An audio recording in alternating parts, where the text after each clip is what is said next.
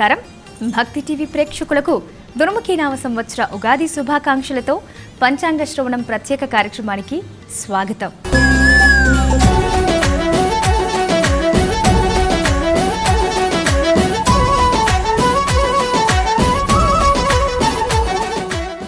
ఆనందాలను సిద్ధింపచేసేది, శుభాలు కలుగజేసేది, సంతోషాలను మోసుకొచ్చేది ఉగాది పర్వదినం. పున్నమి చంద్రుడికి పౌర్ణమి, అమావాస్యలు ఉన్నట్టే మనిషి జీవితంలోనూ సుఖదుఖాలు వెన్నంటి వస్తాయి. అదేవిధంగా ఉగాది పచ్చడిలో 6 రుచుల మాదిరిగానే మనిషి జీవితంలోనూ సుఖదుఖాలు, లాభనష్టాలు సమాంతరంగా ఉండాలని, ప్రతి ఒక్కరూ బాగుండాలని కోరుకునేదే ఉగాది పర్వదినం. మరి ఉగాది అనగానే అందరికీ గుర్తొచ్చేది ఉగాది పచ్చడితో పాటు పంచాంగ శ్రవణం. ఉగాది వేళ పంచాంగం వింటే శుభం కలుగుతుందని ప్రతీతి. ప్రతి ఒక్కరి భవిష్యత్తును తెలియజేసేది, సమాజ శ్రేయస్సును కోరేది పంచాంగం. మరి ఈ దుర్ముఖి నామ సంవత్సర వేళ అందరికీ సులభమైన పద్ధతిలో మీకు అందిస్తున్న పంచాంగ శ్రవణం. మరి ఈ దుర్ముఖి నామ సంవత్సరం వేళ పంచాంగ శ్రవణాన్ని మనకందించడానికి మన ముందున్నారు ప్రముఖ పంచాంగకర్త, జ్యోతిష్య బ్రహ్మశ్రీ డాక్టర్ శంకరమంచి రామకృష్ణ శాస్త్రి గారు. గురువుగారిని అడిగి ప్రతి ఒక్కరి రాసుల వివరాలను, అదేవిధంగా దుర్ముఖి నామ సంవత్సర పరమార్థాన్ని గురువుగారి మాటల్లోనే విందాం. నమస్కారం సిద్ధాంతి గారు. నమస్కారం అమ్మా. మీకు కూడా దుర్ముఖి నామ సంవత్సర ఉగాది శుభాకాంక్షలండి. భక్తి టీవీ ప్రేక్షకులకి దుర్ముఖి నామ సంవత్సర ఉగాది శుభాకాంక్షలు. సిద్ధాంతి గారు, ఇది దుర్ముఖి నామ సంవత్సరం కదా, మరి ఈ దుర్ముఖి నామ సంవత్సరం పరమార్థం ఏంటి? ఈ సంవత్సరం ఎలా ఉండబోతోంది? ఈ దుర్ముఖి నామ సంవత్సరము 60 సంవత్సరాల్లో 30వ సంవత్సరం.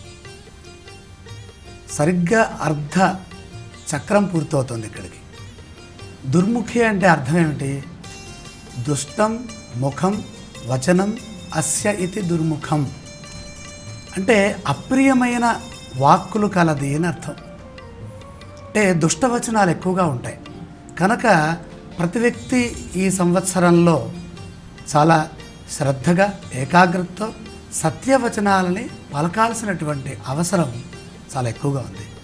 ఈ సంవత్సరంలో ఏ పని చేసినా కూడా అన్నీ అనుకూలించాలి అంటే ఎక్కువగా దైవారాధన చేయాలి. దుర్ముఖి నామ సంవత్సరానికి అధిష్టాన దైవము సాక్షాత్తు రుద్రుడు, పరమేశ్వరుడు. ఈ సంవత్సరంలో రచిత దానం కనుక చేస్తే అత్యంత శ్రేష్టప్రదమైనటువంటి శుభ ఫలితాలు సంప్రాప్తిస్తాయి. సిద్ధాంతి గారు, ఈ దుర్ముఖి నామ సంవత్సరంలో నవనాయకులు అంటారు కదా, ఆ నవనాయకుల ఫలితాలను తెలియజేస్తారా?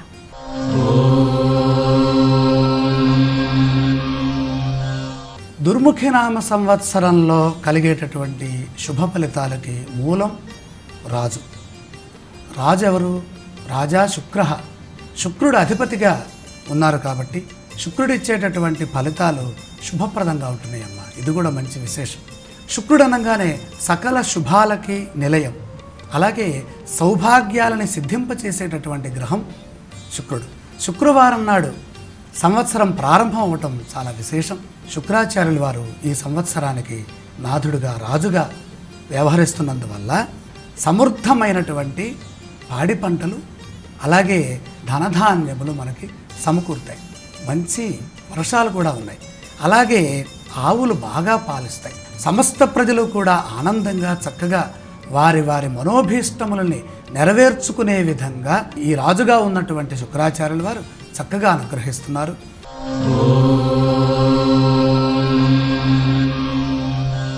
మంత్రిగా బుధుడు వ్యవహరిస్తున్నారు.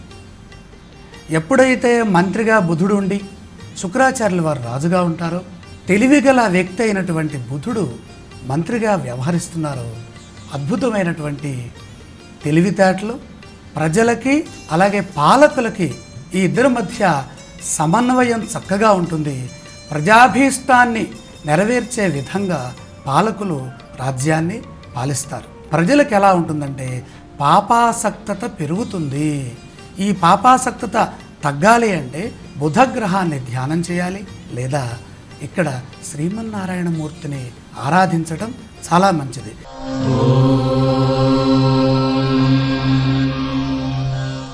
సహజగ్రహమైనటువంటి కుజుడు సైన్యాధిపతిగా ఉంటే ఆరోగ్యపరంగా కొన్ని ఇబ్బందులు ఎదురవుతాయి. ప్రజలకి రక్షణ చక్కగా ఉంటుంది, కానీ పాలకులకి మాత్రం యుద్ధ భీతి ఉంటుంది. ఏ విధంగా అంటే అనారోగ్యములు విశేషంగా వస్తాయి.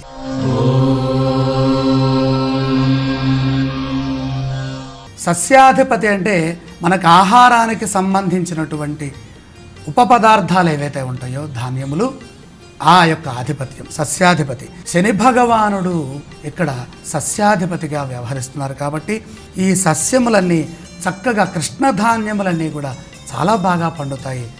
నల్లని భూములు ఏవైతే ఉంటాయో రేగడి మట్టితో కూడినటువంటి చక్కని ఫలితాన్ని ప్రసాదించేటటువంటి ఈ సస్య వృద్ధి సంపూర్ణంగా అద్భుతంగా ఉన్నది. ఎలాంటి ఇబ్బంది లేదు, సస్యములు బాగా పండుతాయి.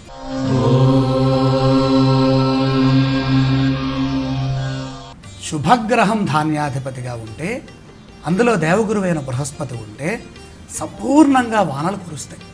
ధాన్యాధిపతిగా దేవగురువైనటువంటి బృహస్పతి రావటం వల్ల సర్వసస్య సమృద్ధయ, సమస్తమైనటువంటి సస్యములు అంటే మనకి భోజనానికి కావలసినటువంటి అన్ని పంటలు చక్కగా పండుతాయి.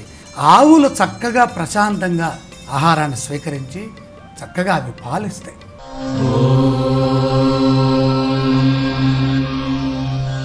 అర్ఘ ఆధిపత్యం కుజుడికి వచ్చింది. ఇక్కడ సేనాధిపత్యము కూడా కుజుడికే వచ్చింది.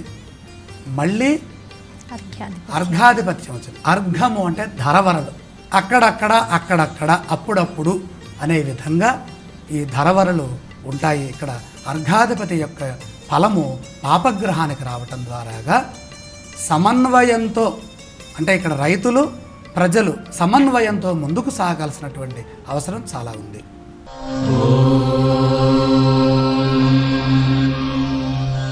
మేఘాధిపత్యం కూడా కుజుడికే వచ్చింది.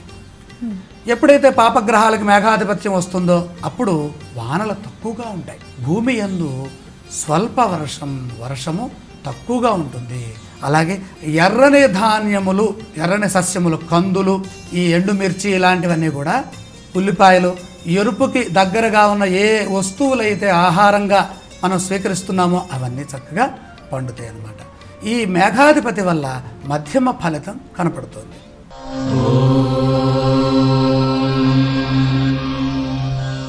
రసాధిపత్యం ఇది చంద్రుడికి వచ్చింది.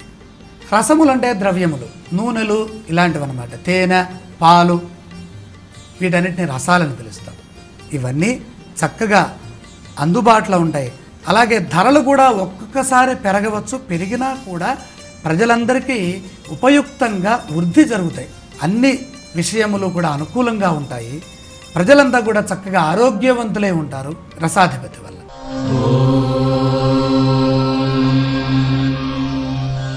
నీరసాధిపతి శని. బంగారము, వెండి, లోహములు ఇవన్నీ కూడా నీరసములు, రసము కానివి. రసము కాని ద్రవ్యములన్నీ కూడా నీరసములు. చర్మ సంబంధమైనవి, వస్త్ర సంబంధమైనవి ఇవన్నీ అందుబాటులో ఉంటాయి. ప్రజలకి అవసరమైనటువంటి ఉపయుక్తమైనటువంటి వస్తువులన్నీ కూడా అందుబాటులో ఉండి చక్కగా ఆనందంగా కొనుక్కోవడానికి వీలుగా ఉంటాయి. సిద్ధాంతి గారు, మరి మన్మథనామ సంవత్సరంలో మనం గోదారమ్మకి పుష్కరాలు జరుపుకున్నాం. మరి దుర్ముఖి నామ సంవత్సరంలోకి మనం వచ్చేసాం. మరి ఈసారి కృష్ణవేణమ్మకి పుష్కరాలు జరుపుకోవాలి. మరి జ్యోతిష్య శాస్త్రపరంగా కృష్ణవేణమ్మ పుష్కరాల ముహూర్త వివరాలు మాకు తెలియజేస్తారా?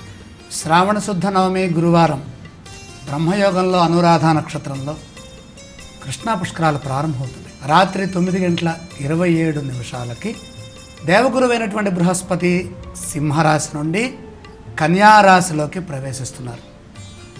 ఈ కన్యారాశిలోకి ప్రవేశించేటటువంటి సమయాన్ని ఆధారం చేసుకొని పుష్కరాలు మొదలవుతాయి. 11వ తారీఖు నుండి, ఆగస్టు 11వ తారీఖు నుండి కరెక్ట్గా 12 రోజులు, అంటే 22 ఆగస్టు వరకు మనకి పుష్కరాలు ఉన్నాయమ్మా. గురుగారు, మరి పుష్కరాలు అనగానే గోదావరమ్మ పుష్కరాలకు వచ్చేపాటికి మనకి పెళ్ళిళ్ళకి ముహూర్తాలు లేకుండా పోయాయి. ఇప్పుడు కృష్ణానది పుష్కరాలకు కూడా అలాంటి ఇబ్బందులు ఏమైనా ఉంటాయా? అలా ఉండదమ్మా. పుష్కరాలకి వివాహాలకి ఎప్పుడు సంబంధం ఉండదు. సింహరాశిలో గురువు ఉన్నప్పుడు మాత్రం సంబంధం ఉంటుంది. ఇప్పుడు కృష్ణ పుష్కరాలు అనేవి కన్యారాశిలో గురు సంచారం వల్ల కదా వచ్చేది.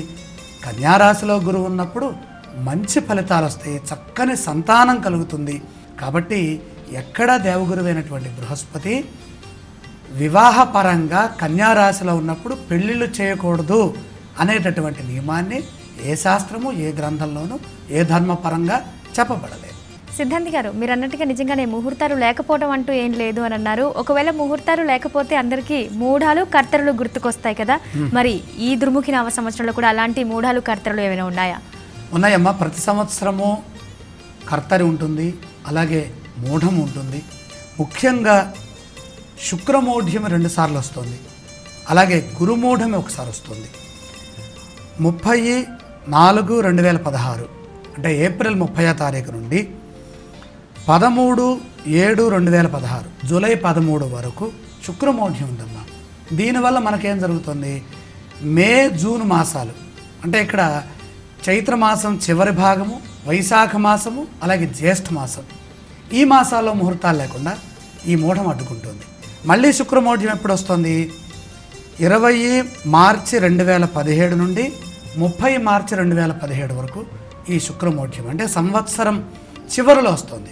సంవత్సరం ప్రారంభంలో శుక్రమౌఢ్యం వచ్చింది, సంవత్సరం చివరిలో శుక్రమౌఢ్యం వచ్చింది. అక్కడ 10 రోజులు మాత్రమే ఉన్నది. తర్వాత గురుమూఢమి సెప్టెంబర్ 12వ తారీఖు నుండి అక్టోబర్ 10వ తారీఖు వరకు ఉంది. సెప్టెంబర్ 12 నుండి అక్టోబర్ 10వ తారీఖు వరకు గురుమూఢం ఉన్నది. ఈ మధ్య కాలంలో వివాహాలు లేవు. కర్తరి ఎప్పుడైనా సరే ఇక్కడ మే 4 నుండి మే 28 వరకు ప్రతి సంవత్సరము సూర్యుడి యొక్క సంచారాన్ని ఆధారం చేసుకొని సౌరమాన రీత్యా వస్తుంది. కాబట్టి మే 4 నుండి మే 28 వరకు ప్రతి సంవత్సరం కూడా కర్తరి అసలు దాని పదం. ఈ కర్తరిలో ఏం చేయకూడదు అంటే గృహ సంబంధమైనటువంటి కార్యక్రమాలు చేయకూడదు, గృహప్రవేశాలు, శంకుస్థాపనలు చేయకూడదు. ఎందుకనంటే సూర్యుడి యొక్క ప్రభావం ఆ మాసంలో ఎక్కువగా ఉంటుంది. కాబట్టి గృహ నిర్మాణాది కార్యక్రమాలు చేసేట్లయితే అవి సత్ఫలితాన్ని ఇవ్వలేవు. అధికంగా ఉష్ణం ఉండటం వల్ల ఆ కట్టేటటువంటి దాంట్లో కొంచెం లోపాలు వస్తాయి. కాబట్టి ప్రతి సంవత్సరము మే మాసంలో కర్తరి ఏర్పడుతుంది. ఇది వాస్తు కర్మలకి పనికిరాదు.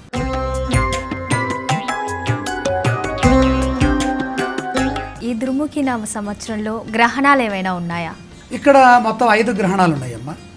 ఈ 5 గ్రహణాలలో భారత భూభాగం పైన ప్రత్యక్షంగా చూడదగిన గ్రహణం అంటూ ఏదీ లేదు. ఏ చంద్రగ్రహణమైనా ఏ సూర్యగ్రహణమైనా ప్రభావం ఒకటే. కనపడితే ప్రభావం ఉంటుంది, కనపడకపోతే ప్రభావం ఉండదు. ఇక్కడ ప్రఛాయ చంద్రగ్రహణాలు 2 కనపడుతున్నాయి. సెప్టెంబర్ మాసంలో 16 రాత్రి తెల్లవారితే 17 అనగా అర్ధరాత్రి 12:25 భారత భూభాగం అంతా కూడా ఈ ప్రఛాయ చంద్రగ్రహణాన్ని దర్శించవచ్చు. అలాగే 2017 ఫిబ్రవరి మాసము 11వ తారీఖు ఉదయం 6:14 ఈ ప్రఛాయ చంద్రగ్రహణం ఏర్పడుతుంది. అయితే ఇక్కడ తెలుగు రాష్ట్రాలలో ఈ ప్రఛాయ గ్రహణాలని పాటించే సాంప్రదాయం లేదు. అనాదిగా ఈ ప్రఛాయ గ్రహణాల్ని ఎక్కువగా గుర్తించట్లేదు.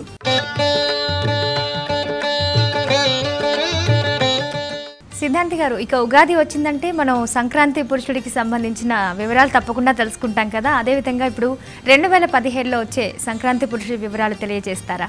సంక్రాంతి పురుషుని ఆధారం చేసుకొని సంవత్సరంలో ఉండేటటువంటి ఈ పాలనతో పాటుగా ప్రజల యొక్క మానసిక స్థితి ఎలా ఉంటుందో తెలుసుకోవచ్చు.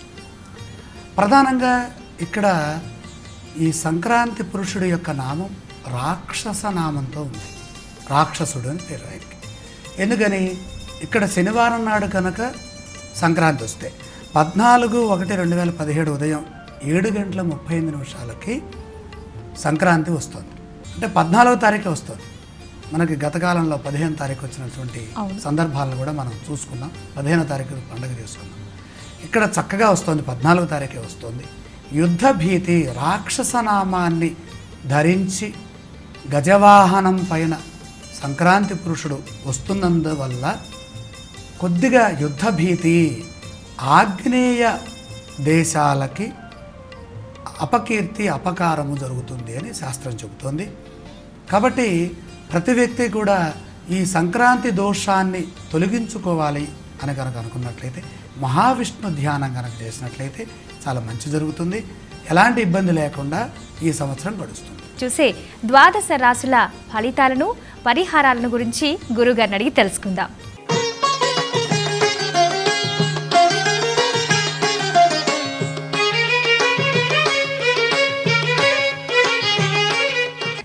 గారు, మేషరాశి ఫలితాలు ఎలా ఉన్నాయో వివరిస్తారా?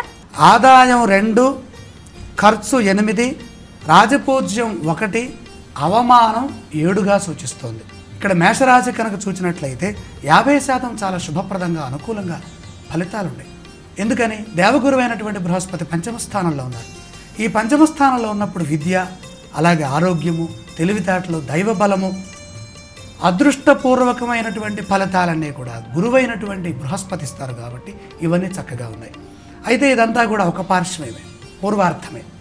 ఉత్తరార్థంలోకి వచ్చేసరికల్లా కృష్ణా పుష్కరాల నుండి అంటే ఆగస్టు 11 నుండి ఈ గురువు గారు కన్యారాశిలోకి వెళ్తారు, 6వ స్థానంలోకి వెళ్తారు. 5వ స్థానంలో ఉన్నప్పుడు మంచి ఫలితాలు ఇస్తున్నటువంటి గురువు 6వ స్థానంలోకి వెళ్ళటం ద్వారాగా కొద్దిగా ఫలితం తగ్గుతుంది. పూర్వార్థం చాలా అద్భుతంగా ఉంది. అలాగే లాభస్థానంలో కేతుగ్రహం ఉంది. ఏకాదశంలో ఎప్పుడైతే కేతు ఉంటారో దైవ బలం పరిపూర్ణంగా ఉంటుంది. ఆలోచనలు చాలా చక్కగా ఉంటాయి. ఆధ్యాత్మిక మార్గంలో పురోభివృద్ధిని సాధిస్తారు. అయితే మరి ఇక్కడ దోషాలు ఏమైనా ఉన్నాయా అంటే అష్టమ శని దోషం ఉంది. అష్టమ శని అంటే ఈరోజు చేయాల్సిన పని 10 రోజుల తర్వాత అవుతుంది. మనం ఏదైనా ఒక ప్రయత్నం చేస్తే అది వెంటనే రాదు. పని కాలేదు కదా అని మనం ఆవేశపడ్డా, తొందరపడ్డా నష్టపోయేది మనమే. కాబట్టి ప్రశాంతత లోపించకుండా జాగ్రత్త పడాలి. శని ధ్యానం చేస్తే ప్రశాంతత మరింతగా పెరుగుతుంది. ఇక్కడ దేవగురువైన బృహస్పతితో పాటు పంచమంలోనే రాహుగ్రహం కూడా ఉంది కాబట్టి కుటుంబ సమస్యలు, అవగాహన రాహిత్యము కూడా ఏర్పడుతుంది. పంచమం అంటే అమ్మ ఆలోచనా స్థానం. ఆలోచనా స్థానంలో పాపగ్రహం ఉంటే ఏమవుతుందంటే భీతి, భయము, ఆందోళన, ఒత్తిడి ఉంటాయి. ఇవి తగ్గడానికి రాహు శాంతి జరగాలి లేదా రాహు శ్లోకాన్ని చదువుకుంటే చాలా మంచిది.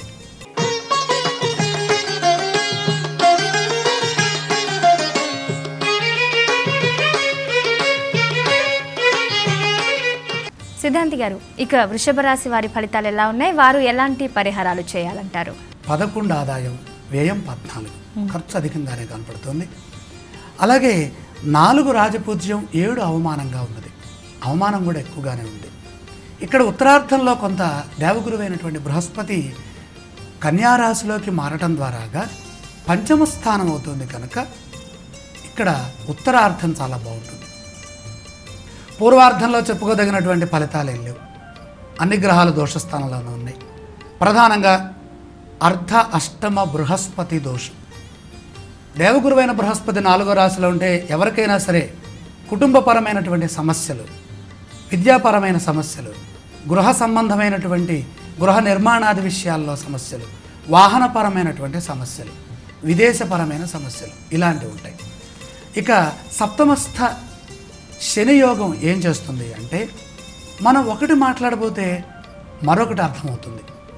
మనని అర్థం చేసుకునేటటువంటి సమాజం తగ్గిపోతుంది.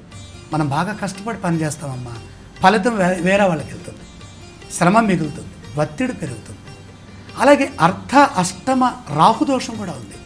ఈ రాహువు మోసానికి సంకేతంగా చెబుతారు.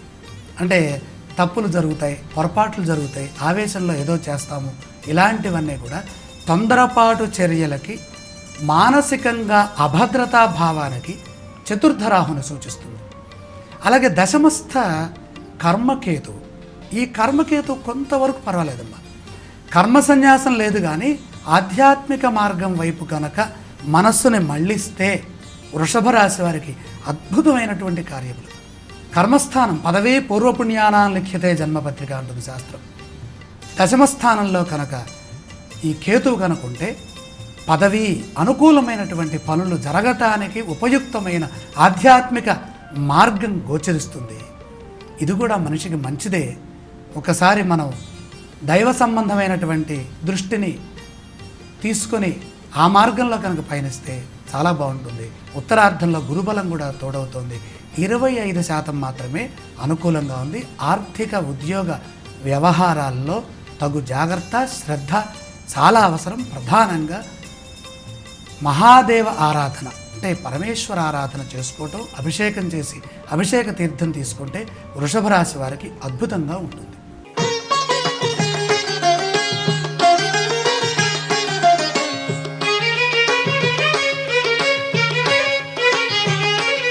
సిద్ధాంతి గారు, ఇక మిథున రాశి వారి ఫలితాలు ఏ విధంగా ఉన్నాయి? చాలా బ్రహ్మాండంగా ఉన్నాయమ్మా. ఉత్తరార్థం బాగుంది, పూర్వార్థం బాగుంది. అలాగే ఇక్కడ చూస్తే మిథునానికి 14 ఆదాయం, 11 వ్యయం. అలాగే రాజపూజ్య అవమానాలు సమంగా ఉన్నాయి, 7, 7. ఎప్పుడైతే సమత్వం ఏర్పడుతుందో మనిషికి ధీరో శక్తి వస్తుంది, ధీరోదాత్తులై ఉంటారు. అంటే ధైర్యం వస్తుంది, ధైర్యం మెండుగా ఉంటుంది. ఆదాయం కూడా చాలా బాగుంది. ప్రధానంగా దేవగురువైనటువంటి బృహస్పతి ఇక్కడ 3వ రాశి నుండి 4వ రాశిలోకి మారుతున్నారు. గురుబలం చాలా తక్కువగా ఉంది. ఇక కేతువు బలాన్ని కనుక పరిశీలన చేసినట్లయితే కేతువు 9వ రాశిలో ఉన్నారు. ఇక అనుకూలించేటటువంటి గ్రహాలు ఏంటి అంటే 3వ రాశిలో రాహువు, 6వ రాశిలో శని. 2 పాపగ్రహాలు యోగిస్తున్నాయండి. అసలు పాపగ్రహాలు యోగించవు. పాపగ్రహాలు చాలా తక్కువ రాశుల్లో యోగిస్తాయి. 3, 6, 11 రాశుల్లోనే పాపగ్రహాలు యోగిస్తాయి. పాపగ్రహాలు యోగించడం మొదలుపెట్టినయ్యా విపరీతమైనటువంటి పుణ్యాన్ని ఇస్తాయి. తప్పు చేయమన్నా తప్పు చేయలేరు, అంత గొప్పగా యోగిస్తాయి అవి.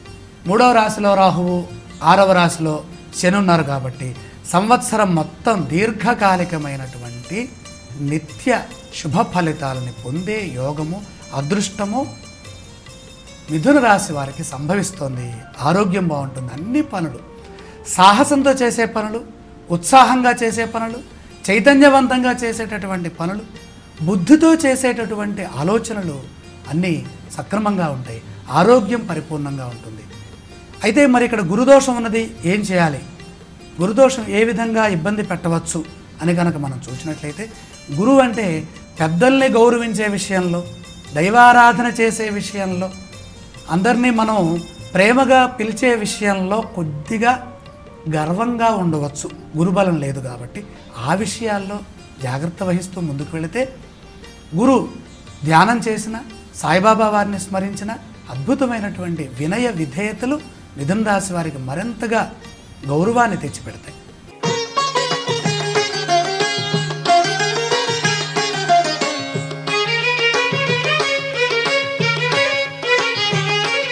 ఇక కర్కాటక రాశి వారి ఫలితాలు ఏ విధంగా ఉన్నాయి సిద్ధాంతి గారు? ఆదాయ వ్యయాలని పరిశీలన చేస్తే కర్కాటక రాశి వారికి 8, 11. 8 ఆదాయం, 11 ఖర్చు. రాజపూజ్య అవమానము 3వ సంఖ్యతో సూచిస్తుంది. 3 రాజపూజ్యం, 3 అవమానం. చాలా తక్కువ సంఖ్య. తక్కువ సంఖ్యలోనే రాజపూజ్య అవమానాలు కనుక ఉంటే ఆ మనిషి ఎదగటానికి చాలా అవకాశం ఏర్పడుతుంది. దేవగురువైనటువంటి బృహస్పతి మాత్రమే యోగిస్తున్నారు. 25% శుభ ఫలితాలు సంవత్సరం పూర్వార్ధంలో ఉన్నాయి. అయితే ఇక్కడ వాక్స్థానంలో రాహు ఉన్నారు కదా, అంటే సింహరాశిలో రాహు ఉన్నారు. వాక్స్థానంలో కనుక రాహు ఉంటే సాంకేతిక లోపం ఏర్పడుతుంది, కమ్యూనికేషన్ దెబ్బతింటుంది, మంచి మాట్లాడబోతే గొడవలు అవుతాయి, కలహాలకి కాలు దువ్వే విధంగా ఉంటుంది. మనమేమి తప్పు చేయకపోయినా మన మీద నిందలు వస్తాయి, అపోహలు పెరుగుతాయి, అపార్థాలకు అవకాశం ఉంటుంది. అలా లేకుండా వ్యవహరించాలి. మనమేం అనకపోయినా సరే అన్నాము అనే విధంగా మన మీద ఇబ్బంది కలిగే విధంగా ప్రవర్తన ఉంటుంది, ఇతరుల ప్రవర్తన. కాబట్టి రాహుదోషం వాక్స్థానంలో ఉన్నప్పుడు ఆర్థికంగా నష్టపోకుండా జాగ్రత్త పడాలి. ఖర్చులు అధికమవుతాయి. ఒక చిన్న వస్తువుని పెద్ద ధనంతో కొనాల్సి వస్తుంది. 10 రూపాయల వస్తువుని 20 రూపాయలు, 30 రూపాయలు వెచ్చించి కొనాల్సినటువంటి పరిస్థితులు ఏర్పడతాయి. అంటే దుబారా ఖర్చు ఎక్కువగా ఉంటుంది. అలాగే అప్పుల బాధ ఎక్కువగా ఉంటుంది. ఇక విద్యా విషయంలో చాలా జాగ్రత్తగా ఉండాలి. సరస్వతి కటాక్షం కోసం ఈ సరస్వతి ధ్యానం చేయడం చాలా మంచిది.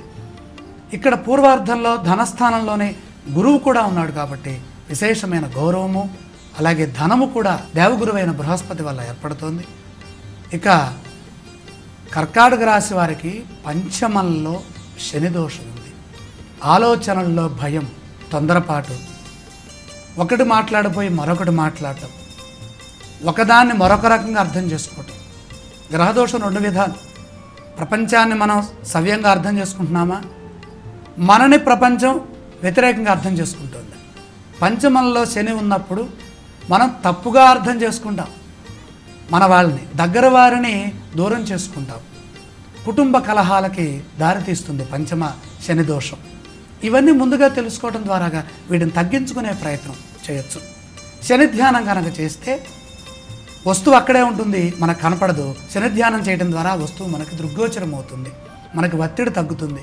ఉద్యోగంలో, వ్యాపారంలో మోసాలు లేకుండా, అనుమానం లేకుండా, భయం లేకుండా, అపార్థాలకు తావు లేకుండా చక్కగా వెళ్ళొచ్చు. కర్కాటక రాశి వారికి మరొక శుభయోగం ఏంటంటే అష్టమంలో కేతు ఉన్నారు.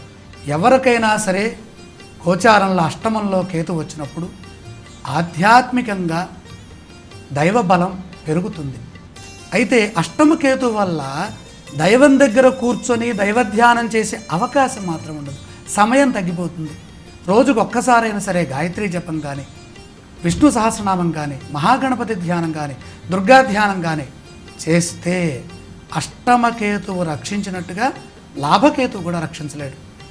కాబట్టి ఈ విషయాన్ని తెలుసుకొని కర్కాటక రాశి వారు దైవధ్యానం విశేషంగా చేస్తే సమస్త దోషాలు తొలగి 10 సంవత్సరాల్లో సంపాదించే పుణ్యాన్ని ఈ అష్టమకేతువు మనకి ప్రసాదిస్తారు.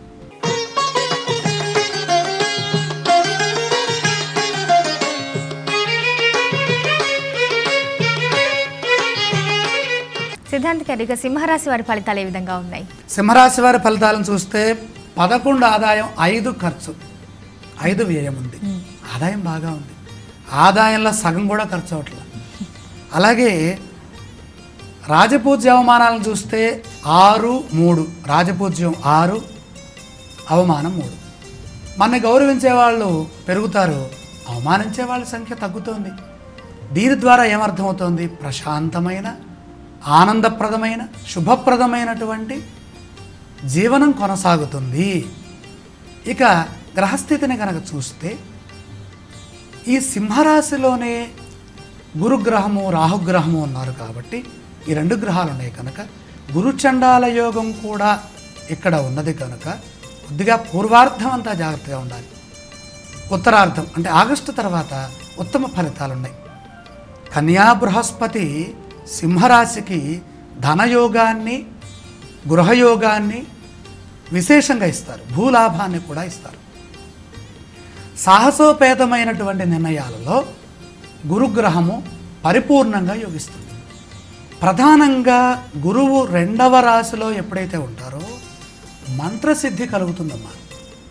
మంత్రసిద్ధి అంటే వాక్శుద్ధి, ఐశ్వర్యము, మనం పలికేటటువంటి ఈ మాటకి విలువ, గౌరవము పెరుగుతుంది. అలాగే మనం చేసే జపానికి ఎక్కువ ఫలితం ఉంటుంది. మంత్రానుష్ఠానానికి చాలా ఎక్కువ ప్రభావం ఉంటుందన్నమాట. విద్యార్థులకి చాలా చక్కని విద్య. అలాగే విదేశ యోగాలకు కూడా జన్మంలో రాహువు, అలాగే ద్వితీయ స్థానంలో గురువు, ఉత్తరార్ధంలో విదేశ పరమైనటువంటి అభివృద్ధి కూడా సాధించవచ్చు. ఇక్కడ సింహరాశి వాళ్ళకి ఒక శుభయోగము, ఒక ఇబ్బందికరమైన యోగము శనిస్తున్నారు. అర్ధాష్టమ శని దోషం. అర్ధాష్టమ శని దేనికి సంకేతం అంటే అర్థ ఫలితాలకి, ధన సంబంధమైన ఫలితాలు. అర్థము అంటే అర్థం చేసుకోవడంలో, అవగాహన సంబంధమైన అంశాల్లో. అంటే ఇక్కడ మానసిక ప్రవృత్తి చంచలంగా ఉంటుంది, స్థిరత్వం కోల్పోతాం, తొందరపడతాం, కాలంలో వేగం పెరుగుతుంది, ఒత్తిడి పెరుగుతుంది, ఆదుర్ద పెరుగుతుంది. అలాగే వాహన ప్రమాదాలకు కూడా అవకాశం ఉంటుంది. సుఖం తగ్గుతుంది ఒక విధంగా చెప్పాలంటే. కనుక శని ధ్యానం తప్పనిసరిగా చేస్తే ఎలాంటి ఇబ్బందులు లేకుండా ముందుకు వెళ్ళచ్చు. సప్తమంలో కేతువు, సప్తమ కేతువు అనారోగ్యానికి సంకేతం. కుటుంబ వ్యవహారాల్లో ఆ యజమానికి పట్టు తగ్గుతుంది. ప్రధానంగా ఆడవాళ్ళు అయ్యారనుకోండి, స్త్రీలకి పాపం వాళ్ళ మాటలకి గుర్తింపు లేకుండా పోతుంది. అదే పురుషులు అయ్యారనుకోండి, సింహరాశి పురుషులకి ఏమిటి ఇబ్బంది అంటే ఆ కుటుంబంలోని వ్యక్తులపైన ఎక్కువగా విసుక్కునే అవకాశం ఉంటుంది. అదే స్త్రీలైతే పాపం వారు ఒకసారి చెప్పిన దానికి 2 సార్లు చెప్పాల్సిన పరిస్థితి వస్తుంది, గుర్తింపు తగ్గుతుంది. ఈ సప్తమకేతువు ఎప్పుడైతే వస్తుందో ఎక్కువగా మహాగణపతి ఆరాధన చెయ్యాలి. అలా చేస్తే స్త్రీలకి, పురుషులకి గణపతి అనుగ్రహం వల్ల కేతు దోషం తొలగి గృహఛిద్రములు నశిస్తాయి. మానసిక ఆరోగ్యము, శారీరక ఆరోగ్యము సంపూర్ణంగా ఉంటుంది.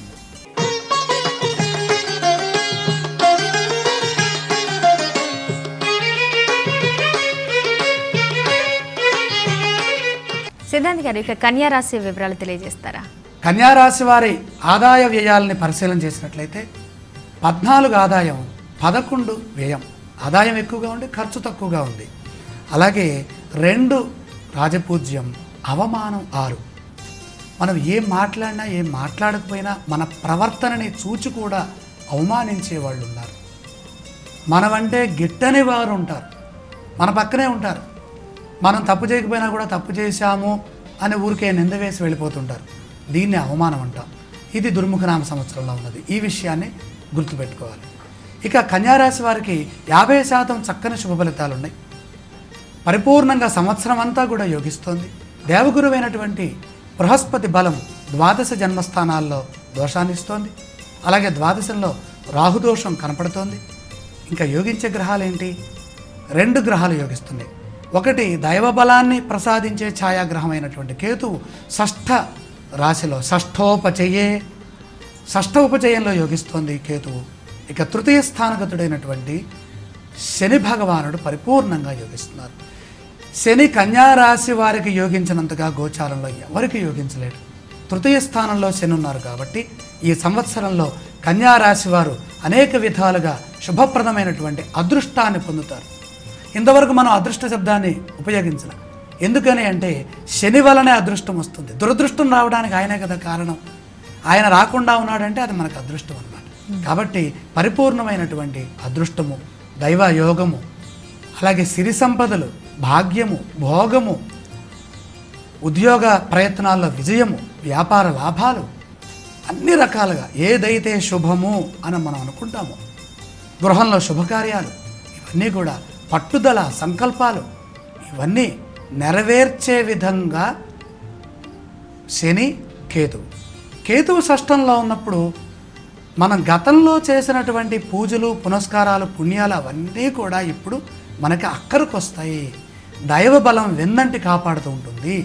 దైవబలంతో గతంలో కాని పనులు ఇప్పుడు మనం పూర్తి చేసుకునే విధంగా మనకి చైతన్యం వస్తుంది, ఆలోచనలు వస్తాయి, మంచి బంధుమిత్రుల నుండి ఆదరణ లభిస్తుంది, సమాజంలో గొప్ప వ్యక్తులుగా విరాజిల్లుతారు. సంవత్సరం పొడుగునా శుభాలున్నాయి. శాంతి గారు, ఇక తులారాశి వాళ్ళ ఫలితాలు అదేవిధంగా పరిహారాలు తెలియజేస్తారా?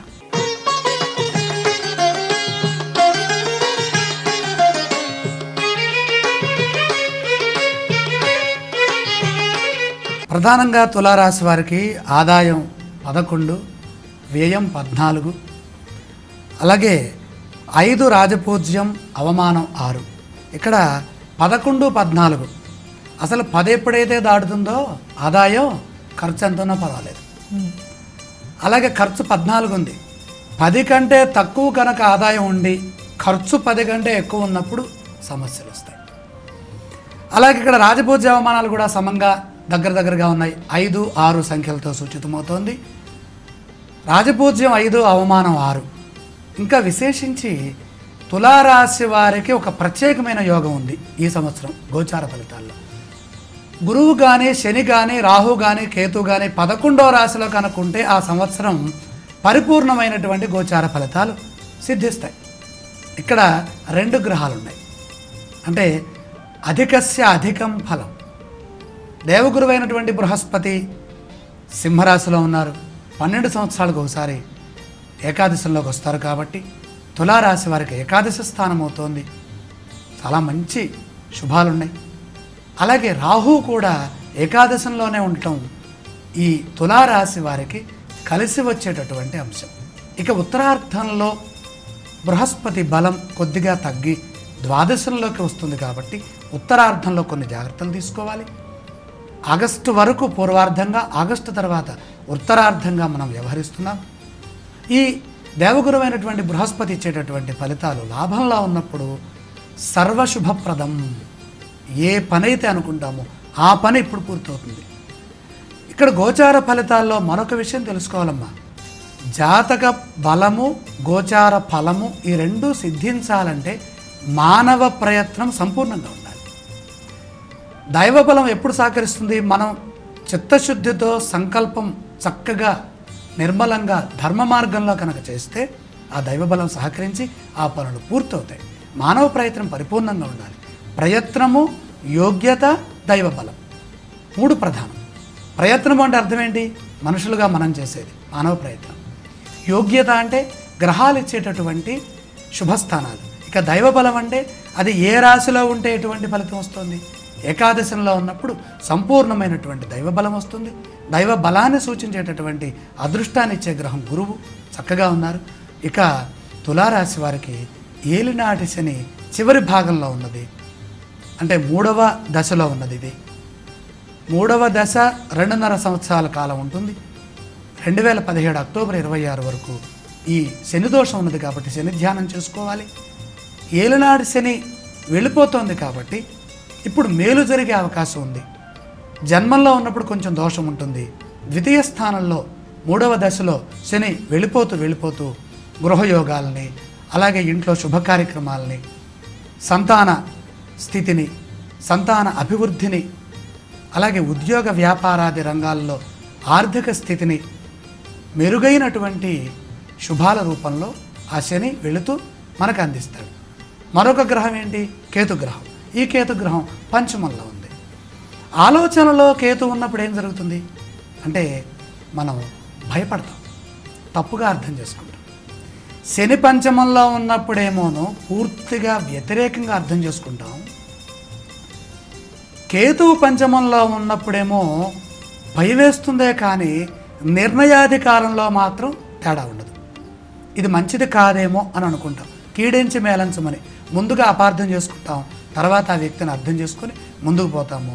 ఇక్కడ కొంచెం భయం ఉన్నది కాబట్టి భయం పోవడానికి మహాగణపతి ఆరాధన చేసినట్లయితే తులారాశి వారికి సంపూర్ణమైనటువంటి శుభయోగాలు కేతు ద్వారాగా సంప్రాప్తిస్తే, అన్నిటికంటే లాభస్థ బృహస్పతి, లాభస్థ రాహుయోగం పరిపూర్ణంగా దివ్యంగా యోగిస్తుంది.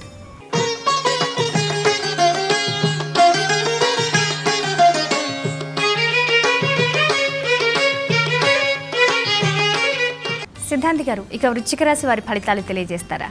వృశ్చిక రాశి వారికి 2 ఆదాయం, ఖర్చు 8, అలాగే రాజపూజ్యం 1, అవమానం 2. ఈ రాజపూజ్య అవమానాలు తక్కువగా ఉండటం మంచిదే, కానీ రాజపూజ్యం కంటే అవమానం ఎక్కువగా ఉన్నప్పుడు కొద్దిగా ఇబ్బంది ఉంటుంది. అలాగే ఖర్చు 8 ఉన్నది, ఆదాయం 2 మాత్రమే ఉన్నది. ఇక గ్రహ బలాన్ని కనుక చూస్తే అద్భుతమైనటువంటి ఫలితాలు ఉన్నాయి. ఏలినాడు శని దోషం ఉన్నప్పటికీ, అర్ధాష్టమ కేతు దోషం ఉన్నప్పటికీ, ఉత్తరార్ధంలో దేవగురువైనటువంటి బృహస్పతి యోగం చాలా చక్కగా ఉంది. ఏకాదశ బృహస్పతి ఆగస్టు నుండి కన్యా పుష్కరంతో వృశ్చిక రాశి వారికి 11వ స్థానంలో అదృష్టాన్ని ప్రసాదిస్తారు. ఇక రాజ్యరాహు పరిపూర్ణమైనటువంటి పదవీ లాభాన్ని ఇస్తారు. పదవీ లాభాన్ని ప్రయత్నపూర్వకంగా అందించేటటువంటి గ్రహం రాహు, దశమస్థ రాహు. కర్మ నిర్మూలన, కర్మ పరిపక్వత, కర్మ సిద్ధి, కార్య విజయము, ఈ పదాలన్నీ రాహువు సంబంధించినవి. కర్మ నిర్మలమైన మనసుతో చేసే విధంగా ఆయన అనుగ్రహిస్తారు. ఇక జన్మస్థ ఏలినాడు శని దోషం కూడా ఉంది కాబట్టి ఈ జన్మశని ఏం చేస్తారు? శరీర సంబంధమైనటువంటి అనారోగ్యాలు ఇస్తారు. ప్రయాణాల్లో జాగ్రత్తగా వ్యవహరిస్తే చాలా మంచిది. లాభంలో ఉన్న బృహస్పతి ఉత్తరార్ధంలో కాపాడతారు.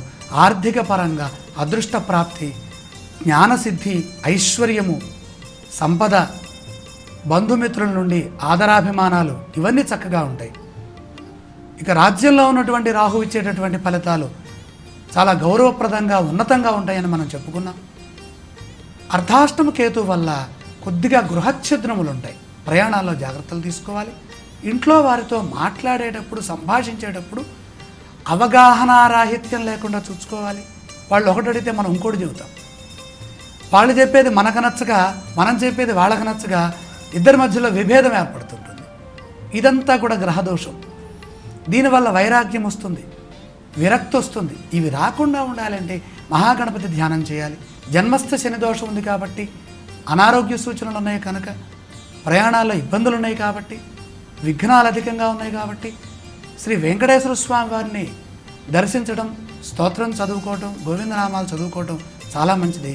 ఆ విధంగా మంచి ఫలితాలు ఉన్నాయి. ఇది ఉత్తరార్ధంలో బాగా యోగించేటటువంటి రాశిగా భాసిల్లుతోంది. ఏది ఏమైనప్పటికీ రాజ్య రాహువు యొక్క యోగము, ఉత్తరార్ధంలో గురుబలము ఈ వృశ్చిక రాశి వారికి శని దోషాన్ని తగ్గించి సాహసోపేతమైన విజయాలని అందించే విధంగా భాసిల్లుతోంది.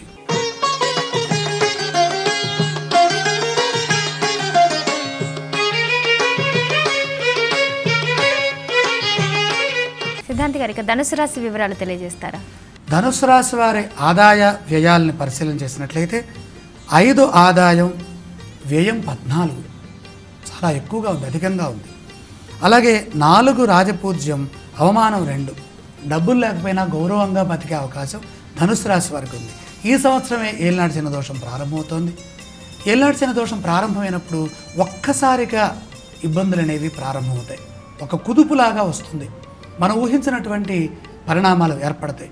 చేస్తున్న పనిలో ఇబ్బందులు వస్తాయి, విఘ్నాలు వస్తాయి, అపార్థాలు పెరుగుతాయి, పని పోవటం, అలాగే నిరుత్సాహం రావటం, బద్ధకం రావటం, చేయను అనే విధంగా తగాదాలు రావటం, గొడవలు ఏర్పడటం, ఇలాంటివన్నీ ఏలినాటి శనిలో ఉన్నాయి. ప్రారంభ సమయంలో ఏలినాటి శని అనేక విధాలుగా ఉక్కిరి బిక్కిరి చేసే విధంగా ఉంటుంది.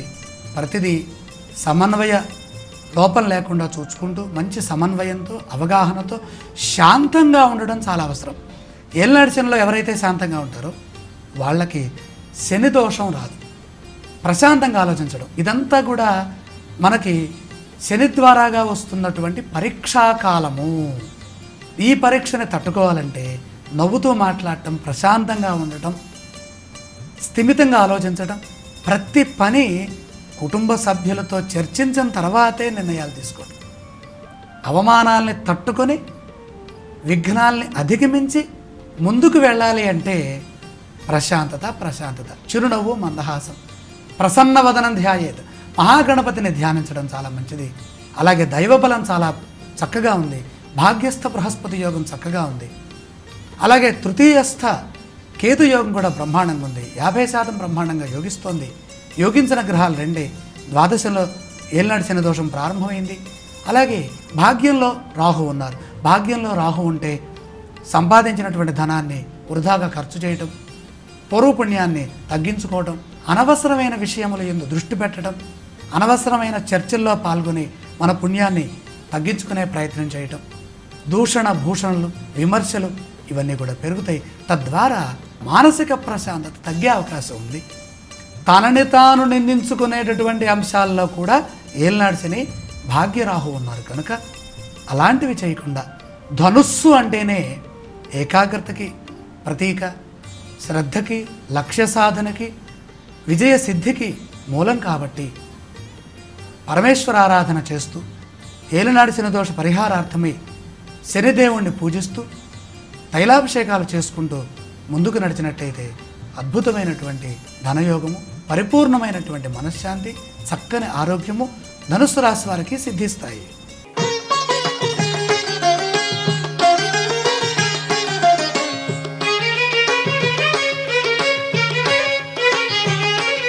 సిద్ధాంతి గారు, ఇక మకర రాశి వారి ఫలితాలు ఏ విధంగా ఉన్నాయి?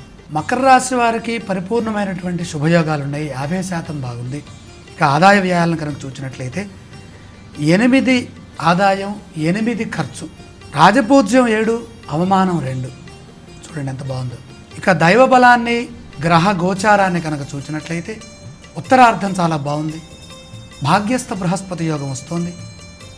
అలాగే రాస్యాధిపతి అయినటువంటి శని లాభంలో ఉన్నారు. సంవత్సరం అంతా శుభప్రదంగా ఉంది. పరిపూర్ణమైనటువంటి యోగాలు ఉన్నాయి. పూర్వార్ధ ఉత్తరార్ధాల్లో ఉత్తరార్ధం పరిపూర్ణంగా ఉంది. భాగ్య బృహస్పతి, లాభ శని ఎవరికైతే వస్తారో వాళ్ళకి భోగభాగ్యాలు ఉంటాయమ్మా. భోగభాగ్యాలంటే ఇక్కడ అర్థం ఏంటి? అనుభవించడం, అనుభవింపజేయటం, తన ఆనందంగా ఉండటం, తన తోటి వారిని ఆనందపరచడం, తను సుఖాన్ని పొందటం, తన యొక్క ధనాన్ని ఇతరులకు కూడా దాన రూపంలో సమర్పించడం. ఇది కూడా దేవగురువైనటువంటి బృహస్పతి భాగ్యస్థానంలో ఉన్నప్పుడు దానం భాగ్య సుతీర్థ సేవన తపో గురువాది భక్తి ఔషధ అని చెప్తోంది.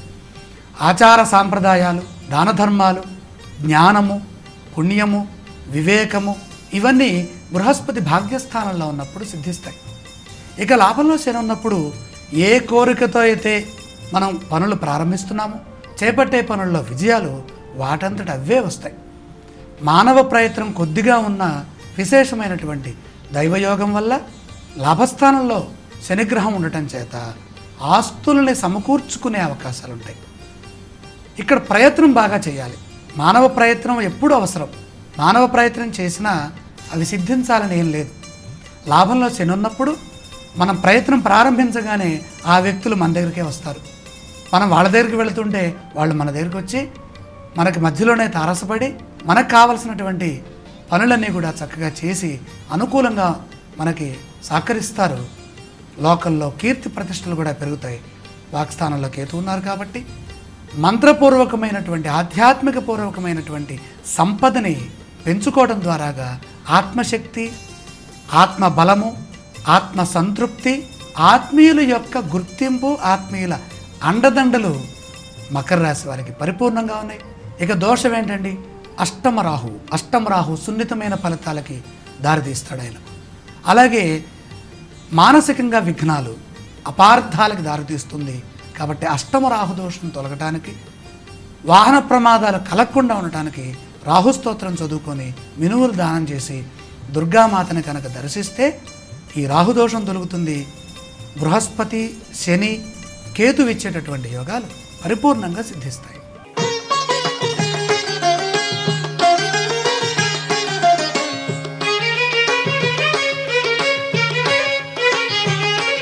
సిద్ధాంతి గారు, ఇక కుంభరాశి వారి ఫలితాలు తెలియజేస్తారా? కుంభరాశి వారికి 8 ఆదాయం, ఖర్చు 8. అలాగే రాజపూజ్య అవమానాలను చూస్తే 3 రాజపూజ్యం, అవమానం 5. ఇక దైవ బలాన్ని కనుక మనం చూసినట్లయితే రాశి ఫలితాల్లో కుంభానికి పూర్వార్ధంలో బృహస్పతి యోగం మాత్రమే యోగిస్తోంది. అంటే 25% బాగుంది, అంటే 75% బాగాలేదని అర్థం. సప్తమస్థ రాహు యోగము చికాకులకి, ప్రజా సంబంధాల్లో ఇబ్బందులు, అంటే మనం ఎవరితో అయితే మాట్లాడతామో అక్కడ ఇబ్బంది వస్తుంది. మనం మంచిగా మాట్లాడినా కూడా వాళ్ళు అర్థం చేసుకోవడంలో తేడా వస్తుంది. విద్యా విషయంగా జాగ్రత్తగా ఉండాలి. కర్మస్థానగతుడైనటువంటి కేతు, పనిలో జాప్యం, పనులు కావు, పనులు సరిగ్గా చేయలేం. ఏం మాట్లాడుతున్నా, ఏం చేస్తున్నా, ఏం ఆలోచిస్తున్నా, ఏం చూస్తున్నా అంత శూన్యంగా అనిపిస్తూ ఉంటుంది. ప్రతి మాట వైరాగ్యప్రదంగా ఉంటుంది. ఈ వైరాగ్యాన్ని అధిగమించాలంటే మహావిష్ణుమూర్తి ధ్యానం చేయాలి. ఎక్కడైనా సరే 3 గ్రహాలు కనుక వ్యతిరేక స్థానాల్లో ఉండి ముప్పేట దాడి కనుక చేస్తున్నప్పుడు సాక్షాత్ శ్రీమన్నారాయణమూర్తికి సంబంధించినటువంటి మహాస్తోత్రం విష్ణు సహస్రనామ స్తోత్రం, ఈ స్తోత్రాన్ని కనుక పఠిస్తే సమస్త దోషాలు పోతాయి. ఈ 3 గ్రహాల ద్వారా ఏర్పడేటటువంటి అజ్ఞానం తొలగుతుంది. ఆ వ్యక్తుల్లో ఉండేటటువంటి నిజాయితీ బయటపడుతుంది. కుంభరాశి వాళ్ళు చేసేటటువంటి పనుల్లో ధర్మం బయటకు వస్తుంది, ధర్మ కార్యాచరణ ఉంటుంది, చైతన్యవంతులవుతారు, శక్తిమంతులవుతారు. యుక్తిగా తెలివితేటలతో మాట్లాడాలి, బుద్ధి బలాన్ని ప్రయోగించాలి, చాకచక్యంగా వ్యవహరించాలి. దీన్ని అధిగమించడానికి మనం మానవ ప్రయత్నం, మానవ విజ్ఞానాన్ని ఉపయోగించాలి. ఉత్తరార్ధంలోనే ఈ ప్రభావం ఎక్కువగా కనపడుతుంది. కాబట్టి పరమేశ్వర ధ్యానం చేయండి, అలాగే శని ధ్యానం చేయండి. మహావిష్ణుమూర్తి సహస్రనామాలతో మనకి పుణ్యము, శుభము, లాభము సమకూరుతాయి.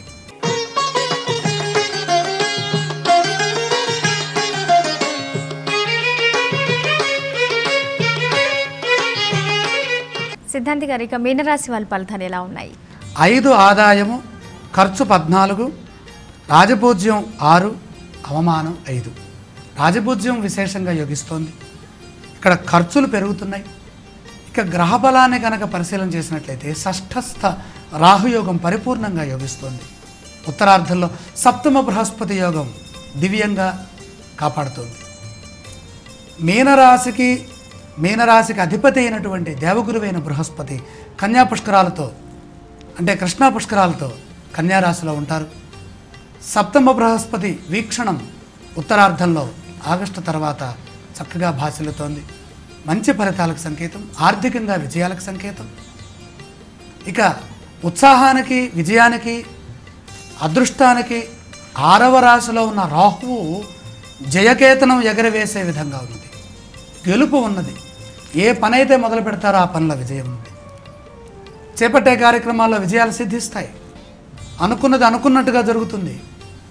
అన్నీ వాళ్ళు అనుకున్నట్టే పూర్తవుతాయి. గత కాలం నుండి ఎదురు చూస్తున్నటువంటి అభివృద్ధి ఇప్పుడు వస్తుంది. జీవితంలో స్థిరత్వం ఏర్పడుతుంది. దుర్ముఖనామ సంవత్సరంలో మీనరాశి వారికి బృహస్పతి, రాహు గ్రహాల అనుకూలత వల్ల స్థిరత్వం ఏర్పడుతుంది. చంచల స్వభావం శని వల్ల కొద్దిగా వస్తుంది. భాగ్యంలో శని ఉన్నప్పుడు ఏం జరుగుతుంది? చంచల నిర్ణయాలు, అస్థిరమైనటువంటి ప్రవర్తన కూడా ఉంటుంది. దాన్ని తగ్గించుకొని ముందుకు వెళ్ళాలి. అంటే 1కి 2 సార్లు ఆలోచించి కుటుంబ పెద్దలతో సంప్రదించి నిర్ణయాలు తీసుకోవాలి. సమాజంలో గౌరవం పెరిగే విధంగా మనం చూసుకోవాలి.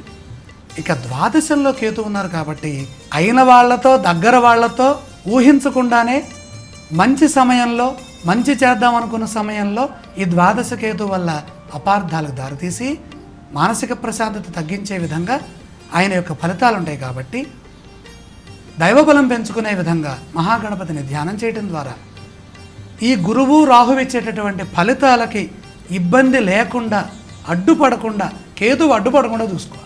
మన అభివృద్ధికి సంబంధించినటువంటి ఆలోచనలన్నీ దగ్గర వారితో సంప్రదించి చక్కగా జాగ్రత్తగా ధైర్యంగా ఉత్సాహంగా ఆనందంగా దైవబలంతో సంకల్పం చేసి ముందుకు వెళ్ళినట్టయితే కార్యములన్నీ కూడా సిద్ధిస్తాయి.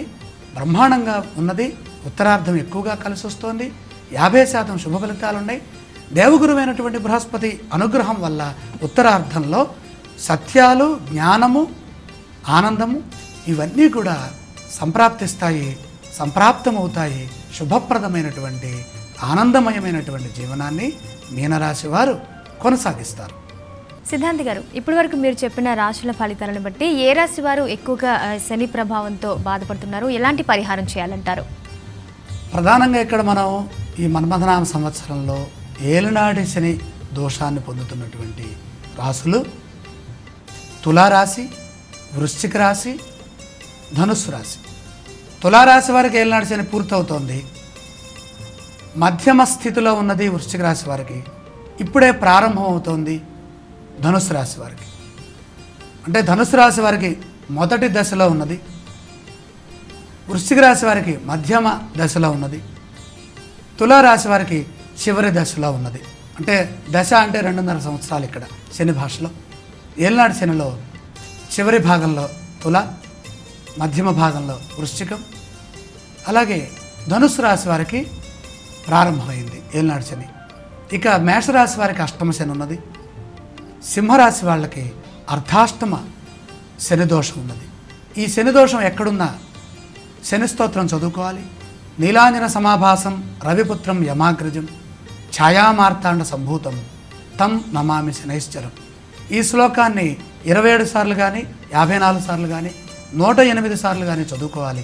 ఇది చదువుకునే అవకాశం లేకపోతే ఓం శనైశ్చరాయ నమః అని అనుకున్నా సరిపోతుంది.